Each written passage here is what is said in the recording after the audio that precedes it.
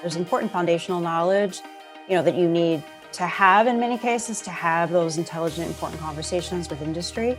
But there's also, the skill set of networking, engaging, convening, and facilitating those conversations.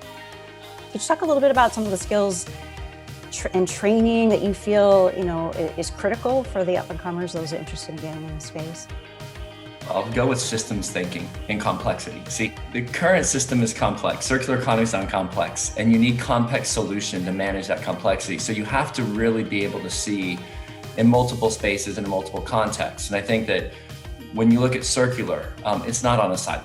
As we discussed, and it's with, I think one of the key tidbits to pull out here is that a full understanding of not just the ecosystem of the company that you're working in, of that circular vision, that transformation, but understanding the entire ecosystem, the public, the private, the social, and how those intersect together, and can empathize on being in the other side of that to help unlock that value to a circular economy transition is really important. So I would say one is complexity. I think two is partnership. And partnership gets talked about a lot. Partnership is hard work. It's a relationship. And I think when you look at partnership, it's one of those things where how quickly can you look on your circular journey as a company, right? Who is going to help enable you to get there? Like Better World Fashion, the Denmark Social Enterprise, the Danish Social Enterprise, they partnered with the Red Cross to procure leather, use leather for their value chain. That's brilliant.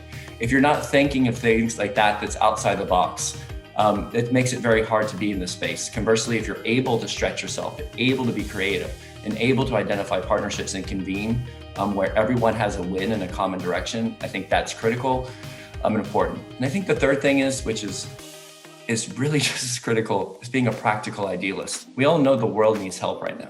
We need a new economic transition. The circular economy has the bearings to do that. And so you need to be an idealist in the way you think, that there is a way to not just consume our way out of this, but to regenerate ourselves out of this. And I think the other part with that, though, is in that context, to be cynical of everything you're seeing at the same time, to validate what you're seeing. Is that public relations? Is that real? Is that just marketing? Really dig deep and also try to understand the complexity of it and fall in love with it. One thing that I like to think about, or two things I like to think about that I kind of wrote down here, is passion. So imagine trying to turn around or restart the global economy. As a company, in January, we had 5 or 6 people. And you go to a place like Google and you pitch them about how you're going to turn around their multi-billion-dollar business with your 5 or 6 person startup. I don't think you can survive that if you're not passionate when you're talking to these types of clients.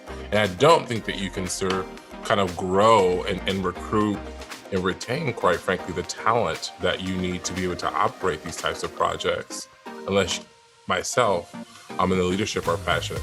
I'm not hooting and hollering right now because I've literally had 16 calls today. This is my 17th, so my voice is a little injured. But behind this is a whole lot of passion about transitioning our working model from linear to circular and really building the technology that makes that easy, at least for businesses, to do so. And so that's one thing. The other thing that we've noticed post hoc is that people at Reaply, at least, are more successful if they have a touch of design thinking, right? So they don't have to be a designer. Although we love that, we're very design forward. Everything is a deck and a one-pager at Reaply, and it looks good. But if you think about, it gets back to the system comment, if you think about how something could be and don't restrain yourself in the toils of like actually executing it, you actually start to come up with better communication docs, better whatever it is that you're producing. I actually found circular economy through design thinking meetup group. That's actually how I really gleaned onto the concept of circular design principles. For us, design thinking, we actually have design thinking catalysts that we can call upon. And we also think about it as being people-centric. So I think that, the ability to be truly empathetic and put yourself into somebody else's shoes in their day-to-day experience is so important.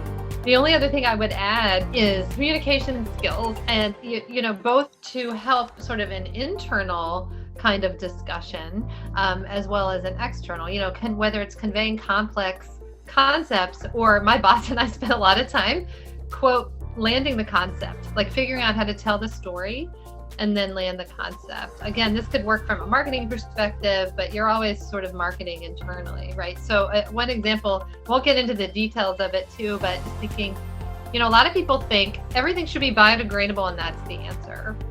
And that's actually not true. But I would say about half our company thinks that it is true, right? And so trying to help explain that concept in a very clear way without, making someone feel bad, because it is sort of intuitive. Well, of course it's better, things are in the ocean, we want them to break down, but really, understanding and helping others along their learning journey will ultimately help in your careers as well. I think oral and written communication is so important in the business that I'm in. And so when people send emails to me like, hey, Gary, would love to work for you, and it spelled my name with one R, it's kind of hard to move forward. I just think that pitching, writing, selling, position papers all stems from great written and oral communication. And so I think that's a skill that I see kind of left behind in the very tech world that we find ourselves.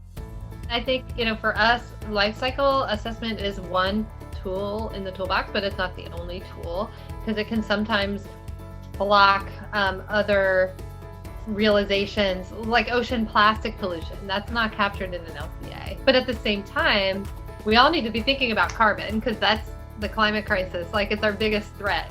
But I think that one of the values too of those life cycle assessments is not like getting to a number, but to understand how, when you put in the assumptions and how that changes the outcome. So it's really more of a learning exercise than a way to get a final absolute number. If you look at life cycle assessments, the more technical we can get, the more science we can get, the better. We need real data to validate the decisions we're making to a circular journey. So if you're comparing, for example, chemical recycling and validating its validity or lack thereof, having a real understanding of science and the trade-offs of that would be fantastic. Note that this is an emerging field, that right now you're in an emerging field that is changing every single day. Lean into that unknown, like it's changing. And so I think the piece of advice I can give you is find an area, maybe it's product as a service, maybe it's shared economy, and go deep on it and become something of not an expert, but get knowledge on it to where you can have that knowledge shine and identify those companies or organizations that are on the same journey as you, and then network your way in.